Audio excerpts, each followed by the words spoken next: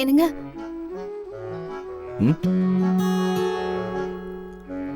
எனக்கு ஐஸ்கிரீம் வேணுங்க. காலையில இருந்து 3 வாட்டி ஐஸ்கிரீம் சாப்பிட்டாச்சு.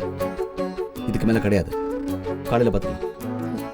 என்னங்க ஐஸ்கிரீம் கூட நீங்க இப்படி எண்ணி வாங்கி கொடுப்பீங்களா? உங்களுக்கு ஒண்ணு தெரியுமா, குழந்தை பிறந்ததுக்கு அப்புறமா நான் என்ன சாப்பிடணும்னு நினைச்சாலும் முடியாது. ரொம்ப கட்டுப்பாடா இருக்கணும். இஷ்டத்துக்கு எதுவும் சாப்பிட முடியாது. அவ்வளவுதான். போர் அடிக்கிற ஐட்டங்களா தான் எனக்கு கொடுப்பாங்க தெரியுமா? ஒருவேளை நான் அதை இப்பவே பழகிக்கணும்னு நினைச்சீங்கன்னா சரி. யாருக்கும் என் மேல அக்கறையே இல்லை. வா, பிரமாதம். நீங்க பயங்கரமான நடிகை சந்தியா. என்ன சொன்னீங்க? யாருக்கும் உங்க மேல அக்கறை இல்லையா? நீங்க சரியான போலீஸ்கார அம்மா தான். கரெக்டா நீங்க நினைச்சதை சாதிக்கிறீங்கல்ல. அம்மா சொல்றது கரெக்ட் தான். நான் என் மனைவிக்கு ஏத்த மாதிரி தான் ஆடுறேன். ஒருவேளை உங்களுக்கு அப்படி தோணுச்சுன்னா நான் இனிமே அந்த மாதிரி பண்ண மாட்டேன்.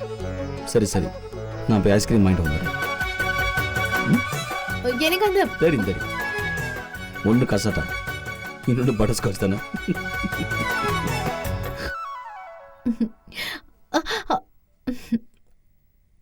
ஆமா செல்லங்களா, உங்க அப்பா உங்களுக்கு தான் ஐஸ்கிரீம் வாங்க போயிருக்காரு.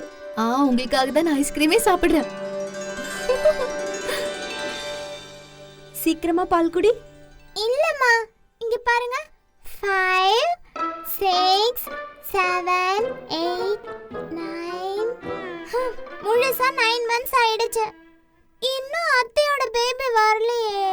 அது வரதுக்கு இன்னும் எவ்வளவு நேரம் ஆகும்? மிஸ்ரியா பாத்தீங்களா, அவளுக்கு சீக்கிரமே இன்னொரு பேபி வந்துடுச்சு. ஆனா சந்தியா அத்தையோட பேபி ஏன் சீக்கிரமாவே வர மாட்டேங்குது? பாப்பா சீக்கிரமா வந்துருமா, நீ கவலைப்பட வேண்டிய அவசியமே இல்ல. எல்லாத்துக்குமே கொஞ்சம் பொறுமையா இருக்கணும், சரியா? இந்த பாலக்குடி. ஐயோ இருங்கம்மா, நான் ஒன்னு சொல்லட்டுமா? நான் பேபிக்கு என்னெல்லாம் ரெடி பண்ணி வச்சிருக்கேன் தெரியுமா? அதுக்கு என்னெல்லாம் தேவைப்படுமோ அதெல்லாம் வாங்கி வச்சிருக்கேன். அந்த குழந்தைக்கு பெட் கூட வாங்கி வச்சிருக்கேன். எல்லாமே ஏற்பாடு பண்ணிட்டேன். எனக்கு நல்லாவே தெரியும், நீ ஒரு குட்டி அம்மா ஆயிட்ட. நீ பண்ண ஏற்பாடுகளை 10 முறை காட்டிட்ட. எல்லாருக்குமே தெரியும்.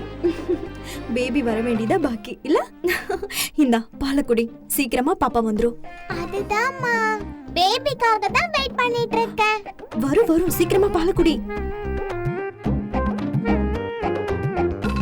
ஐயோ அம்மா, வயிற்று வலி தாங்க முடியலையே.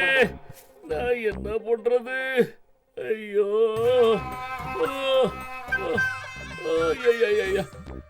இப்ப நான் என்ன பண்றதுன்னு புரியலையே. என் வயிற்று வலி சரியாகலையே. சரோஜா, ருசி அதிகமா இருந்ததுனால எவ்வளவு சாப்பிடுறதுன்னு தெரியாம சாப்பிட்டேன். என் நாக்கு கண்டிப்பா என்ன ஒரு நாளைக்கு ஆஸ்பத்திரியில கொண்டு போய் சேர்த்துரும். ஐயோ சரோஜா, என்ன வேடிக்கை பார்த்துட்டு இருக்க? ஜீரணத்துக்கு ஏதாவது மருந்து முதல்ல எந்திரிச்சு நடக்கிற வழிய பாருங்க. அந்த டப்பாக்குள்ளதான் இருக்கு. ஐயோ, என்ன சொல்ற சரோஜா? என்னால இங்கிருந்து நகர கூட முடியாது.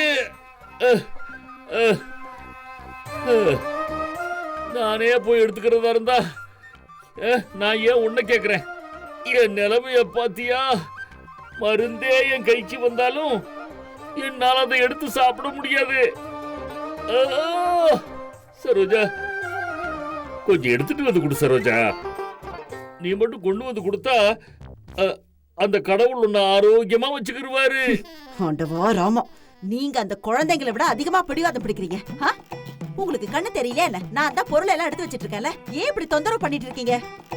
எதையாவது மறந்து வச்சுட்டேனா அப்புறம் நான் என்ன பண்ணுவேன்? நீங்களே போய் எடுத்துக்கோங்க. நீ இருக்க பாரு, வேலை இல்லாட்டியும் எதையாவது நோண்டிக்கிட்டே இருப்பேன். இது தேவையா? சந்தியாவை ஹாஸ்பிட்டலுக்கு கூட்டிட்டு போக இன்னும் 7 நாள் பாக்கி இருக்கு. அதுக்குள்ள நீ வேலை ஆரம்பிச்சிட்ட. ஆமா, 7 நாள்னு டாக்டர் தான் சொன்னாங்க. அந்த கடவுள் ஒண்ணும் சொல்லலையே. நிறமாச கர்ப்பிணி வேற, வலி எப்ப வரும்னு அந்த கடவுளுக்கு தான் தெரியும். அந்த நேரத்துல பொருள் எடுத்து வைப்பேனா இல்ல நான் சந்தியாவை பாப்பேனா?